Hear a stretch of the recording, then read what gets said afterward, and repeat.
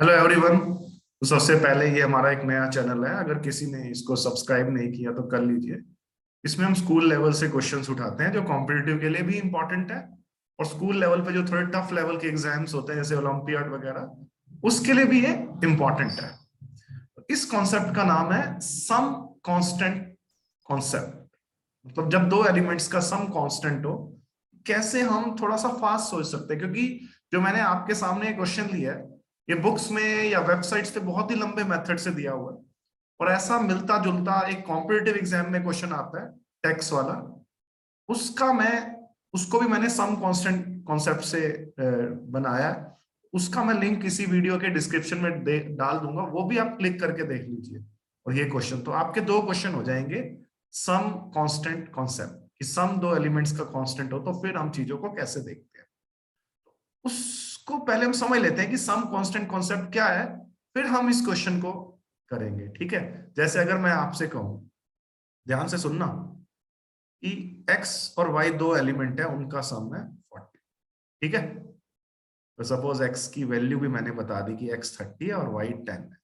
Okay, अब मैं आपसे कहूं कि x को मैंने 20% कम कर दिया, तो अब बताइए 30 का 20% क्या होता है। 30 इंटू 20/100 करोगे तो 6 आएगा। कितना हो गया ये? 24 हो गया। मैं कह रहा हूं कि सम तो कांस्टेंट ही है, सम तो 40 का 40 है, तो y क्या होना चाहिए? 24 में 16 ऐड करके ही तो आएगा। अब ध्यान से देखा अगर आपने कि जो y है वो 10 से 16 हुआ, y 6 ही बढ़ा। अगर x 6 कम हुआ तो y 6 ही बढ़ा। मतलब एक्चुअल चेंज तो सेम है, एक नेगेटिव डायरेक्शन में एक चेंज 6 का मतलब कम हुआ, तो दूसरा चेंज पॉजिटिव डायरेक्शन में 6 की इंक्रीमेंट। चेंज तो सेम है ना ये। हाँ, परसेंटेज अलग अलग हो सकता है। अगर मैं कहूं कि ये वैल्यू 30 से 24 हो गई तो 6 की कमी 30 पे, तो 20% का डिक्रीज है एक्स में। और वो वैल्यू 10 से 16 हो गई तो 6 का इंक्रीज किस पे है? अगर कोई वैल्यू 10 से 16 हो जाती है तो 6 का इंक्रीज 10 पे इंटू 100%, तो 60% का इंक्रीज है। तो आप इस क्वेश्चन में ये कह सकते थे ना कि x के ऊपर जो 20% का चेंज आया वो इक्वल है y के ऊपर जो 60% का चेंज आया। क्यों इक्वल है? क्योंकि सम क्या है? कांस्टेंट है। क्योंकि एक चीज 6 कम हो रही है तो दूसरी 6 बढ़ेगी ना। बोलो, इस कॉन्सेप्ट पे एक वीडियो और आपने देखना है जो इसी वीडियो के डिस्क्रिप्शन बॉक्स में होगा, और मैं इस क्वेश्चन को भी डिस्कस कर रहा हूं। Thank you very much. अब आइए करते हैं डिस्कस।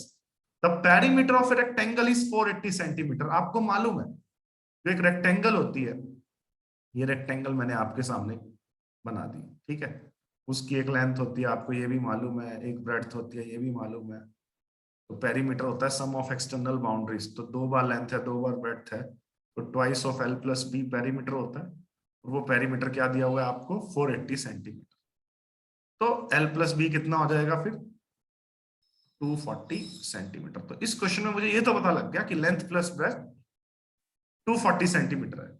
और इसमें ये भी बोला हुआ है सेम पेरीमीटर रखना है। क्या? लेंथ को 10% इंक्रीज किया। ये जो लेंथ है ना एल होगी, हमें नहीं पता कितनी है, इस लेंथ में 10% का इंक्रीमेंट है। जो लेंथ का 10% का इंक्रीमेंट है वो किसके इक्वल होगा? जो ब्रेड्थ में 20% का डिक्रीमेंट हुआ है। इसने दिया है कि ब्रेड्थ इज डिक्रीज बाय 20%। अब ये इक्वल क्यों होगा? क्योंकि उसने बोला कि पेरीमीटर क्या रखना है? सेम रखना है। तो सम कंसिस्टेंसी कॉन्सेप्ट हो गया, सम कांस्टेंट कॉन्सेप्ट हो गया, कि सम कांस्टेंट रहना चाहिए। तो इनको आप इन चेंजेस को इक्वेट कर सकते हो। एल का 10% इस बी का 20%, वो इक्वली आने वाला है, जैसे मैंने एक एग्जांपल लेके ही समझाया था आपको। तो यहां से एल बाय बी का जो रेशियो आएगा, परसेंट से परसेंट कैंसिल आउट हो गया, 10 टू जा 20 आपको दिखाई दे रहा है, बी एल के नीचे आ गया, एल बाय बी 2:1 आ गया। मैं अलग से लिख लेता हूं यहाँ पे, L by B 2:1, 2/1, L ratio B 2:1 है।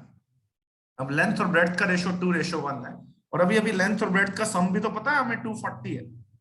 बोलो, लेंथ और ब्रेड्थ का सम 240 है और लेंथ और ब्रेड्थ का रेशियो 2:1 है। तो अगर लेंथ की वैल्यू निकालनी है तो 2/3 ऑफ 240, आराम से कोई भी बता देगा, 160 सेंटीमीटर। और ब्रेड्थ 1/3 ऑफ 240 या 240 माइनस 160, जैसे मर्जी कर लीजिए, बात तो वही है, आना 80 है।